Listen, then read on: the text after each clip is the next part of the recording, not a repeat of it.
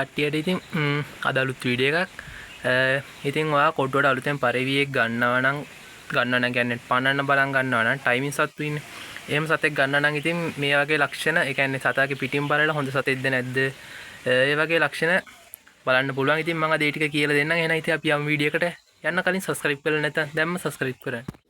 හරි, ඉතින් මේ ඉන්නේ මගේ කොටුවේ පන්නන්න ගන්න සතෙක්. මම ඉතින් මෙයාව ආරම්භ කියලා දෙන්නම්. අපි ඉතින් ඉස්සෙල්ලම ගන්නවා නම් සතාගේ බර තමයි බලන්න ඕනි. බර කියන්නේ මේ කෑම කාලා අර කූඩුවට වෙලා ඉඳලම අර එහෙන බර සත්තු ඉන්නේ. ඒ වගේම හරියන්නේ නැහැ. ලෙඩ වෙලා ඉඳලා කෙට්ටු වෙච්ච සත්තු ඉන්නේ. බර අඩු සත්තු. ඒ වගේම හරියන්නේ නැහැ. ඇඟ නිරෝගීමත්ව තියෙන හොඳ සතෙක් ගන්න ඕනේ.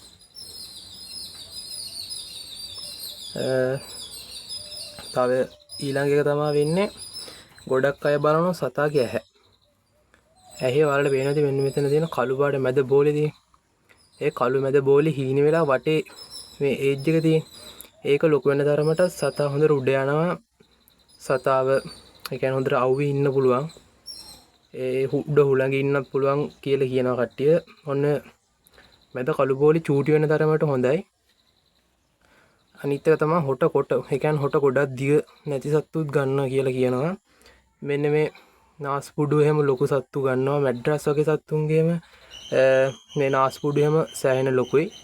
හෝමර්, මැඩ්‍රස් ඒ වගේ සත්තුන්ගේ. අපි ඉතින් තව බැලුවොත් සතාගේ මේ තටු. ওই තටු මේ සතාගේ නම් දැන් මේ ඩැමේජ් වෙලා තියෙන්නේ මෙව එහෙම. මේ පිහාටු තියෙන්නේ. මේ පිහාටු හීනි දික් වෙන තරමට හොඳට සතාට උඩ හුලම් බදන්න පුළුවන්. අනික මේ අතර හිඩස් නැති සත්තු ගන්න ඕනේ. ඒ කියන්නේ සතාගේ මේ ලයින් එකම එක ගානට තියෙන මේ තටු හීනි දික් වෙන තරමට හොඳයි කියනවා. මෙයා පොඩ්ඩක් දඟලනවා.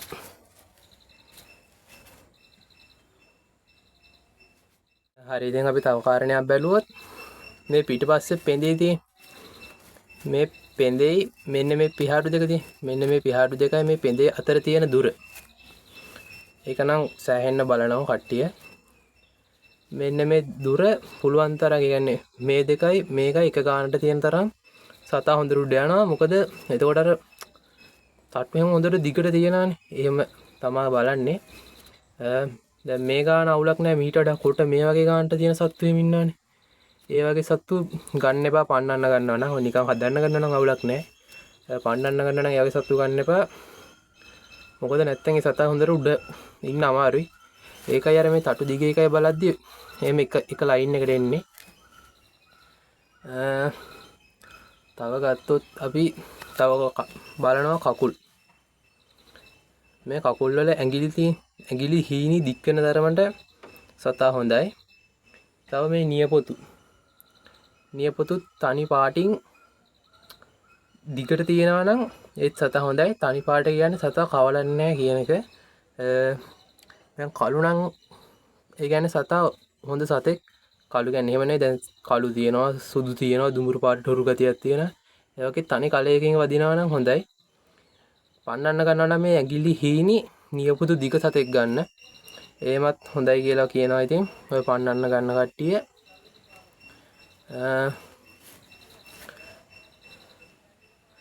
තව ගත්තොත් මේ සත්තුන්ගේ ඇස් බලලා කට්ටිය කියනවා හොඳ. ඒ කියන්නේ පන්නන්න ගන්න පුළුවන් කියලා. ඇස් කහ පාට, තැඹිලි පාට, ගොමු කොළ පාට තියෙන. ඒ වගේ සත්තු. මෙයාගෙන රතු පාට හුරු ගතියක් තියෙන්නේ. එහෙමනම් මම ඒක වැඩිය බලන්නේ නැහැ. මොකද සත්තුන්ගේ පාටින් වෙනස් වෙනවා. තව සුදු පාටත් පන්නන්න ගන්නවා.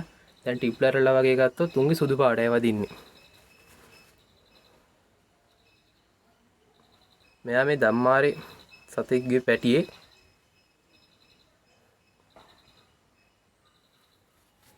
මේ ඉන්නේ මගේ කොටුවේ අනිත් පන්නන්න ගන්න සතා.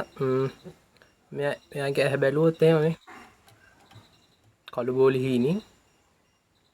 අර වටේ ටික ලොකුයි. ඒ කියන්නේ හොඳ සතෙක් නෝ. ටිප්ලර් මට කිව්වේ ටිප්ලර් කියලා. මං මීට කලින් ෆස්ට් ටයිම් තමයි මේ සතා හදන්න ගත්තේ. ටිප්ලර් වල මු කුරුල්ලේ. මේ සතා හොඳ උඩ යනවා.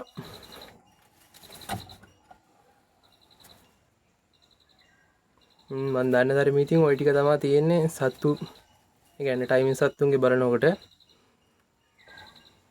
තව කට්ටිය දන්න දෙයක් තියෙනවා නම් කමෙන්ට් එකක් දාන්න.